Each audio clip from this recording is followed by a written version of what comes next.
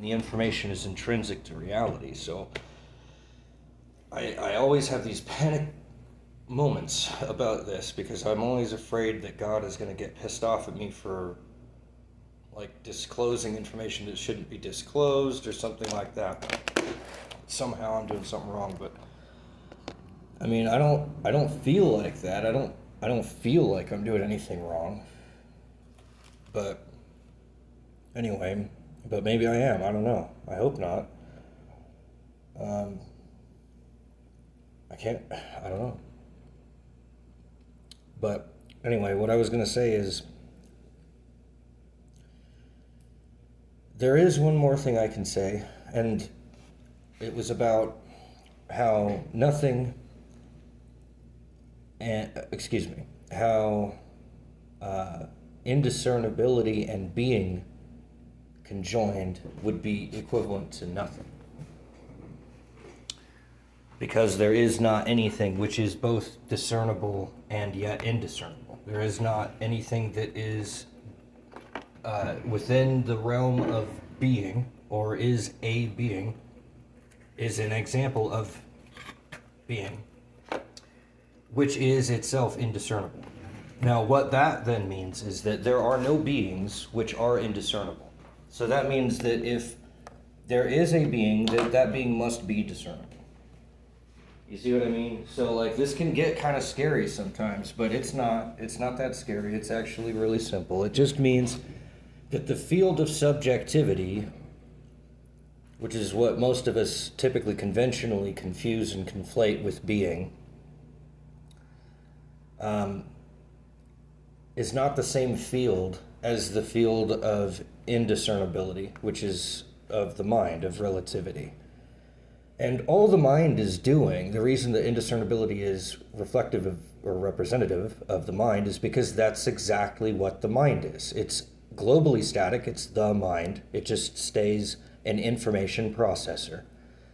And what is the information that it's translating? Very simple. It's the objective sensory information that we receive from our body, and it's translating that information to our souls using perceptual abstractions and saying that this sense is related to that sense is related to this other sense, and so on and so forth until it builds this form in our head, and then we can construct images and sounds and feelings and all those kinds of, well, not feelings, excuse me, images and sounds and relationships and logical deductive reasoning about our inductively sensed world. So that's all the mind is doing. It's just taking inductive sensory information from the body and it's relating those by making little pieces of them, right? So it'll be like, well, there's this tactile information over here, and there's visual information over there, and there's auditory information over here, and olfactory information over there, and blah, blah, blah. Gustatory information, that's taste. Kinesthetic information, that's like the sense of my arm being in a certain position, like the weight of it kind of like off balancing the rest of my body. Stuff like that, which is basically a subunit of tactile. But anyway, all those senses combine into a perceptual image, and then that perceptual image is given to the soul, and the soul generates an intuitive response, which is emotional and has some kind of a spiritual or at least personal experience weight to it, so that the perception is alive. It's given some meaning. It's given some context. It means something personal to someone, instead of it just being some random abstract image that any computer could just spit out, right? Because we don't trust AI, as it currently exists on this planet, as being a subject unto itself. It isn't a subject. It's just a series of algorithmic processes, and that's all it is. And that's what the mind is. on its own. That's all it is. It doesn't have a soul. It's just the mind itself. And it's taking in information and it's translating it back out again without having any spiritual, intuitive kind of grasp about what the real weight of that value is. It can use all the math at once, but it doesn't ever really give anything its own particular endemic qualia.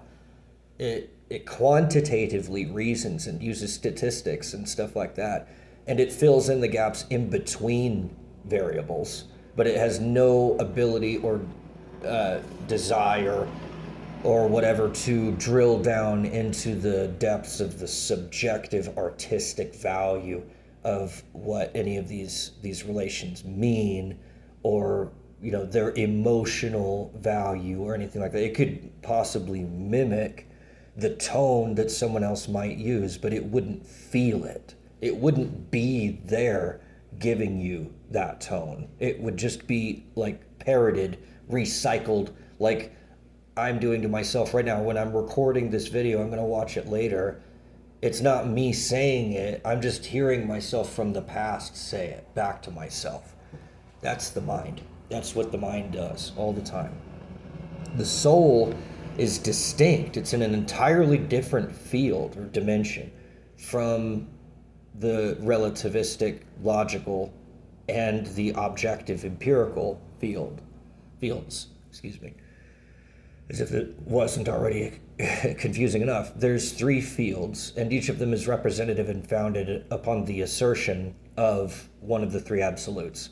The subjective field assumes nothing or God. Okay? So you could assert nothing there, at which point you're like an AI, where you just don't believe you have a soul, you don't believe there is a God, you don't believe that there are such things as subjects or art or music, that you would have to argue, for example, that all movies and all art and all media are all interchangeable, given their budgets are on par with each other, their plots are interchangeable. There is no way to relativistically, logically discern whether one of them is better than the other. The only thing that an AI could do with media would be to sort it according to its popularity of other not even other, actual subjects who like it and watch it, and it gleans that information from the statistical data that it receives about how many people watched it, not what it is itself. It's just going off what other people say, and it's using a heuristic because it has to. Like anybody that tries to figure out or penetrate logic into the subjective field, the best they can do is use heuristics. And right now, the biggest one that they use is the popularity heuristic. It just means if a lot of people or the majority of people tend to do X, then X must be subjectively valuable to them. And so then it will just weight things according to that. But it doesn't have of itself any personal contribution to it. It's just detached from all of that and just spews out statistical data and regurgitates out an output without feeling anything. So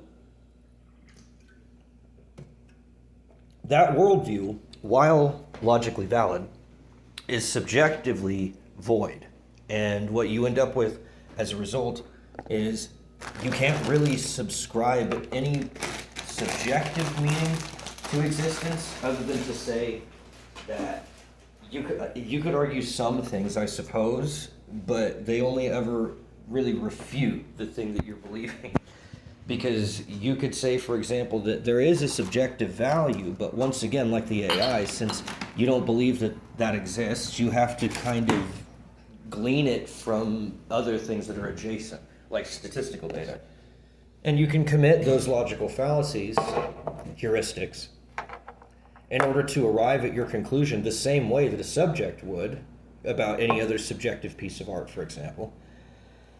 And the statistical data will be interchangeable with an AI system, but there won't be anyone home when God comes a-knocking. So, it's That's just the way that it is. You can do that. You can quit the field and you can call foul and you can say, nope, I want to go home and I don't want to play this game anymore. And you don't have to. If you did have to, then you would be shackled to the perfection of God. But you're able to just close your eyes and pretend that it isn't happening. And I have to do this pretty much every single time I confront this issue because, oh my God, it is fucking terrifying when you realize how far down you can fall. Oh my God. Oh my dear God. It is terrifying. But if you can retain your faith in God long enough and, frequently enough, then you can make it through this and you can begin to understand, yes, there is a God and it's pretty much impossible to deny God's existence. Given the fact that we ourselves are subjects, it's an intuition of ours to look for a God, and that's because there is one, and it's because we're made in God's image. That means that God is like a subject. God is a person, but God isn't subject to subjectivity, if that makes sense. It would be like you've got objectivity, which is just your body, and that's simple enough. That's just objects, right? That's just trees and rocks and objective visible light and auditory sounds and senses, things that you can touch and feel and sense. So that's the objective field. The relative field is perceptual. That has to do with relationships and what you think about. And then just beyond that, you've got the subjective field, which is your soul and your spirituality and what you feel like. And that's where all the emotional meaning and color and verve comes from. And then if you were to go one step beyond that, then you would get to God. So you run out of words. I mean, there's really no conceiving of what that could be, but if you can imagine how much more profound the mind is than the body, because the body is basically just a machine, but the mind is software. It uses logical deductive reasoning. And in the same way that the mind is more sophisticated than the body, the soul is more sophisticated than the mind, and God is more sophisticated than the subject, the soul. And so while God isn't limited to subjectivity to the point of us calling him a subject, he is considered a person, and he says, I am that I am. He doesn't call himself a he. It's just a, vestigial tale of language. But God says of God's self, I am that I am. And that's what I mean. It's like, and I keep finding these. Because I'm looking for these patterns. Because I'm trying to check to see if they're true or not. And I do keep finding them because they're ambiguous. But I don't know, man. I tend to lean toward the idea that there's validity to them because I've noticed that it runs throughout all religious traditions, whether it's Hinduism, Buddhism, Christianity, and Alan Watts does this too, and many people do this, is they find these similarities between these religions now that we're of an age where we can freely discuss these and openly. Then we are discovering as a species over and over again the similarities between all of our religions, and they are distinct. They have their own kinds of views, but they all agree on some things, like the value of life and that there's something beyond death. We don't know exactly what it is, but even the Buddhists believe that there's thought forms, as they call them. Your mind will reincarnate somewhere. The way that you think, that pattern will re-emerge. Now, you probably shouldn't identify with it because it's not literally you, but it's a thought form. It's your mind. It's a way of thinking. It's a conclusion drawn from the same premise. The premises reappear in nature and in logic and in the empirical world, and they can join using the same logical validity that you yourself have used because it's the same patterns. The only things that's different is your subjective experience of those patterns. And I think that gets lost in at least in that conception of Buddhism. I don't know if that's even accurate to Buddhism as a whole. It's always difficult to tell exactly where the lines are because most religions on this planet don't have strict formalized dogma. It's ambiguous, sort of subjective, artistic ways of looking at things. But I think that's the gist, is that what reincarnates is the pattern, not the person, if I'm not mistaken, in Buddhism. But in Hinduism, then it's very distinct in that they also believe in reincarnation, but they believe the subject themselves incarnates, not just their mind or their thought form, but the actual person behind it reincarnates.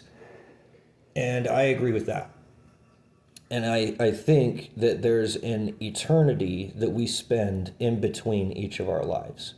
And that the way that we live our life now is going to determine which environment we end up with for an eternity while we wait for reincarnation. And the reason that we have an eternity to wait is because we have no more objectivity, at the very least, because our body dies, so we lose objectivity.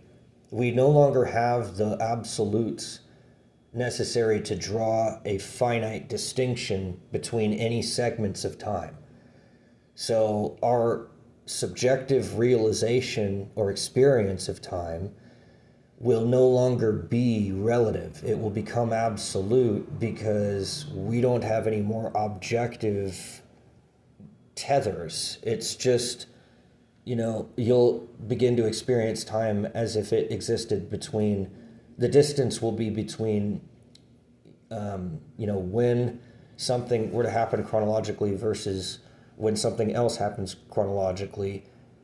And instead of it being like every single moment playing one after the other, it's like a story that isn't being read aloud anymore. It's still a story, but it's not like in the process of being read aloud. It's just the words printed on the pages. So they're silent, but they're still there. So the story is still there, but there's no one reading it aloud anymore, kind of a thing. So the mind, being relative, will still have time, but that time won't be objective time like it is here. It won't be da da da da da da da da da da da da da da. That's objective time, very regular. It always is the same. Relative time is more like what we experience when we're in a really unusual, novel situation. Like the relative time that you spend, Einstein said it like this: you could spend 5 minutes with a hot girl and think it's 5 seconds, or feel like it's 5 seconds, or you could spend 5 minutes on a hot stove and think that it's 5 years. The relativistic time that you spend in these places, the subjective experience of spending these times in these places, will warp like that.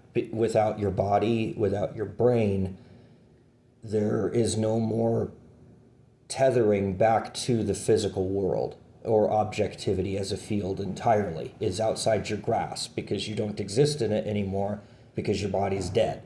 It's gone. So then your mind is still there because your soul can still relate to, if not itself, then at the very least it's mind. And so your mind and your soul can relate to each other.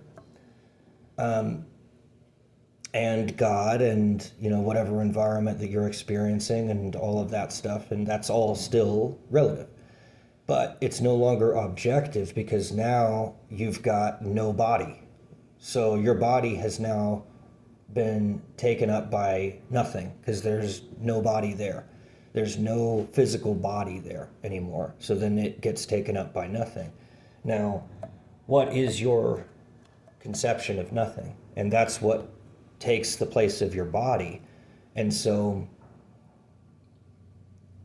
Or, like I said, it could also be God because God is beyond the physical, right? And you don't have any more physical tetherings. So then you could still perceive of and relate to God. And that could take the place of your body, hopefully. And then if you hold on to your body and you strain your ass off and fight to stay in there, God help you, because that's hell. That's when you disintegrate and you turn into all the different parts of your body that are there. And like I say, your organs start failing one at a time. So the longer you stay in there, the more death you feel, and that will terrify you, and then you'll die more, and then you'll get more terrified, and then you'll die more. And that's what hell is like. And that happens when we pay attention to the physical world decaying and disintegrating, because we're individual finite creatures, and so we disintegrate and we decay. And if we're making room in that decay for God, well, then all the better, because there's more God there.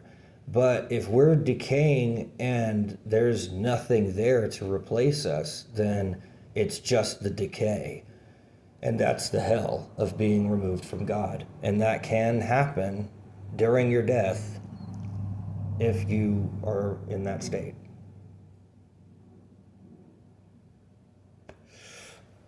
Now,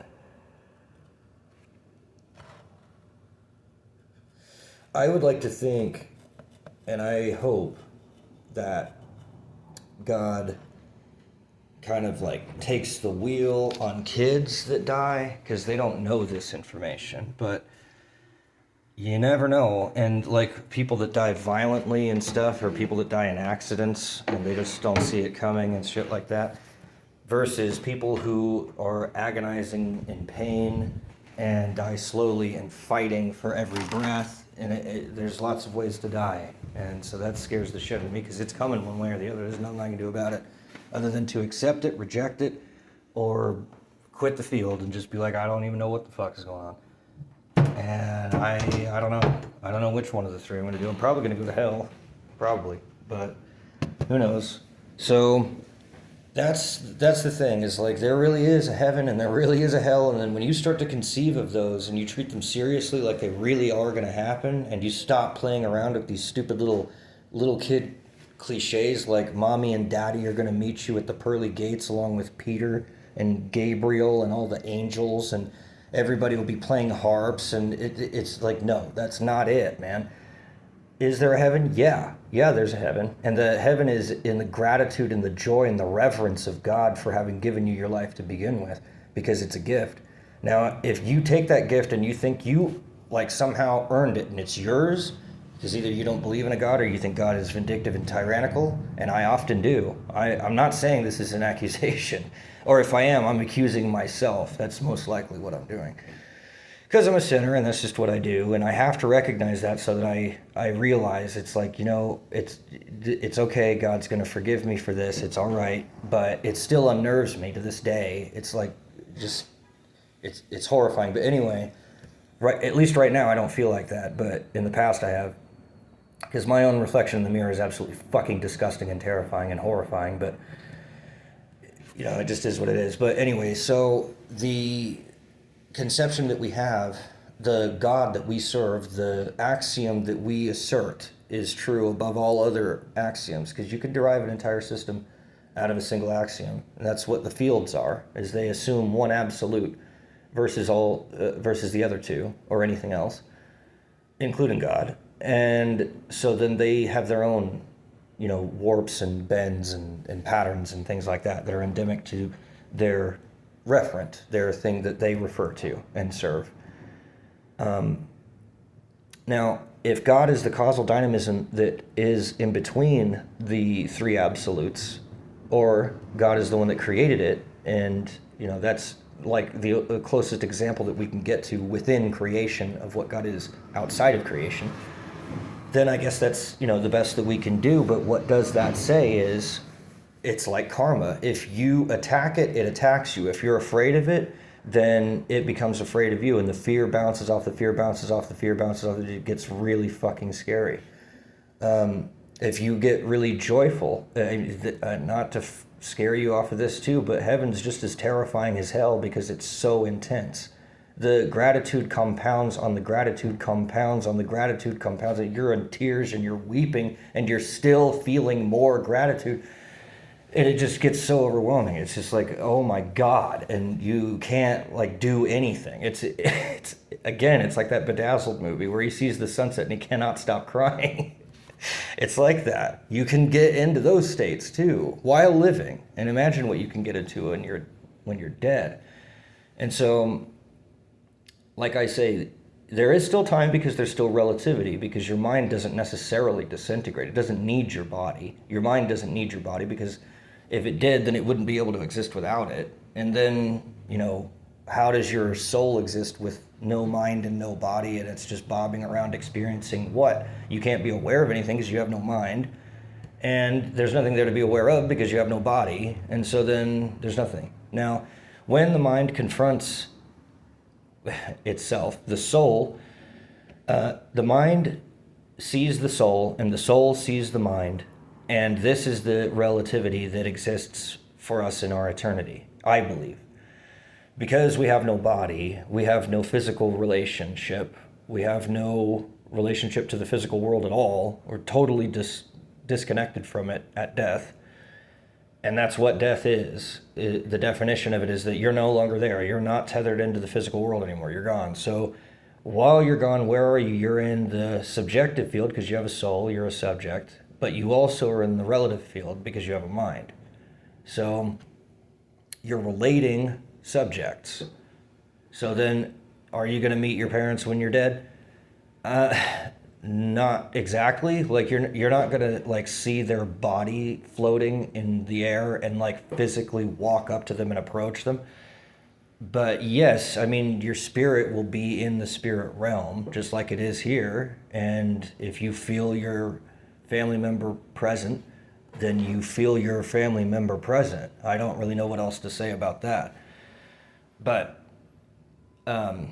according to your soul and your mind, that's all there is the relativity. There's no way to objectively check to see if they're really there or not. It's just up to you to decide if you accept or reject that relation.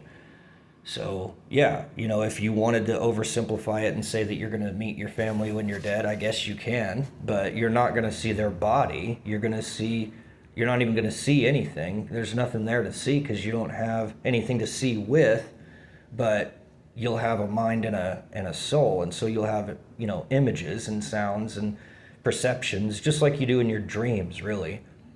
And I think that when we die, it's like dreaming. It's like a dream. It's like that's relative time. It's not objective, but it's not non-existent, and it still plays out, but it's relativistic. There's so many moments that are just lost and like it's just dreamless slumber.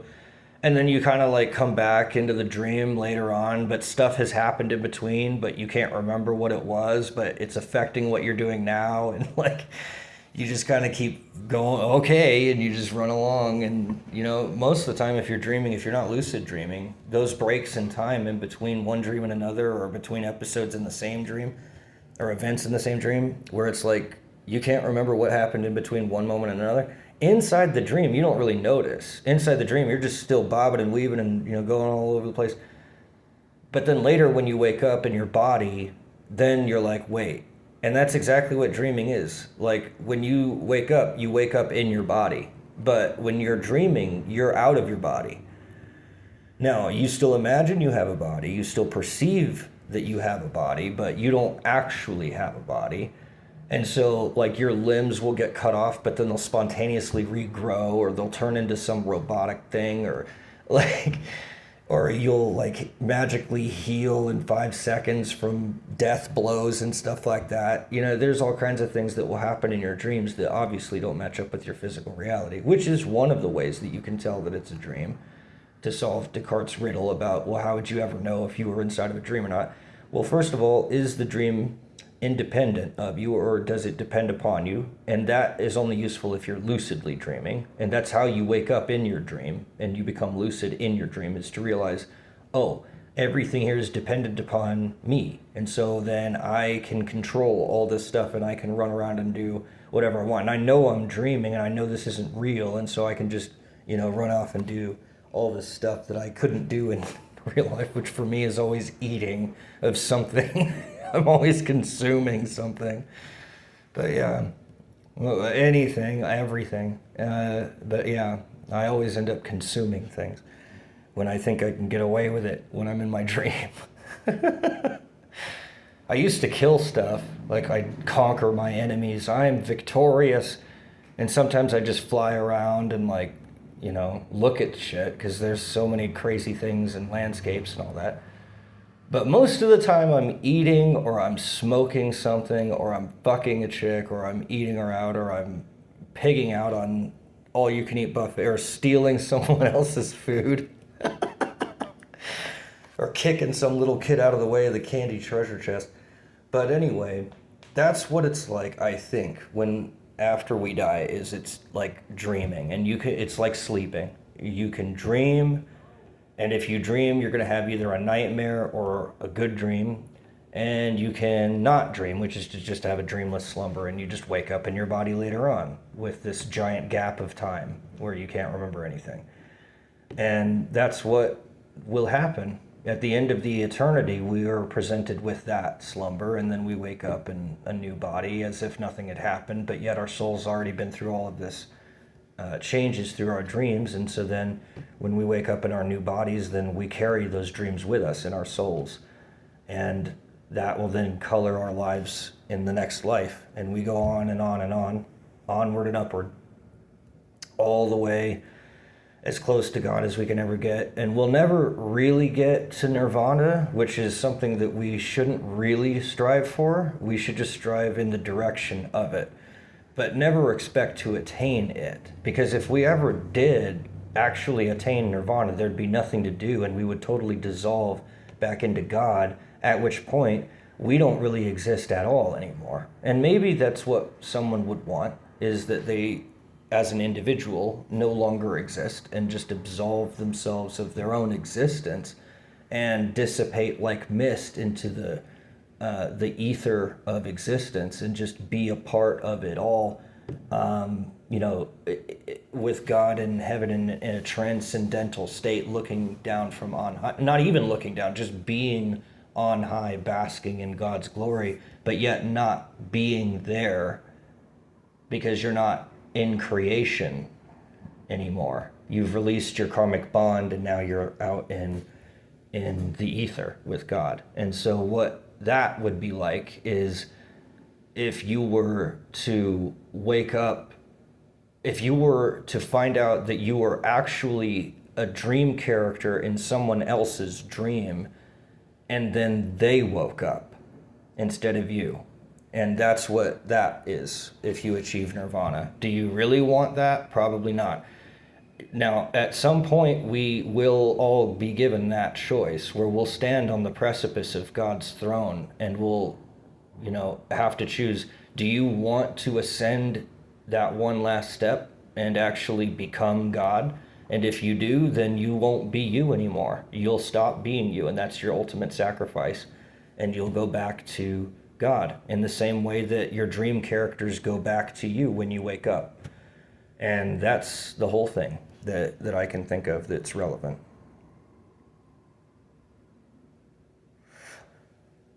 Let's see, and I covered and purgatory. Oh yeah, there was one other thing. So if you do just detach from everything and just decide that you're not gonna have a judgment about anything, you just sort of passively let go of yourself, not in a nirvanic sense of, joyous reunification with God, but just as a rejection of any kind of judgment of goodness or evil upon anything, where you just neutrally don't pass any judgment rather than passing a good or a bad judgment. You just don't pass judgment. If you do that and you go to purgatory with the demiurge where you just have a dreamless slumber, you can do that too, but then you'll get reincarnated. And just know that you don't just cease to exist, you'll get reincarnated. But the problem with doing that is that you skip out on your homework and then you have to go home and do it again. And so, yeah, you can take a nap, but as soon as you wake up, you're going to wake up and you're going to have to do the whole thing again. So you basically just call it a draw, and you're just like, I'm going to just do a redo. Because your soul won't have changed because you'll be in slumber. So you'll just relive the same life. And if you keep doing that, then eventually you're just wasting your own time because you just keep reliving the same life over and over and over and never getting past it. I believe that there's so many choices in each life that you'll never make the same choice twice. But if you did, I would hope that after a certain number of times of repeating it, that you would eventually stop that cycle and learn from it and change. And you'll either choose to accept or reject that opportunity, at which point then you'll go to heaven or hell.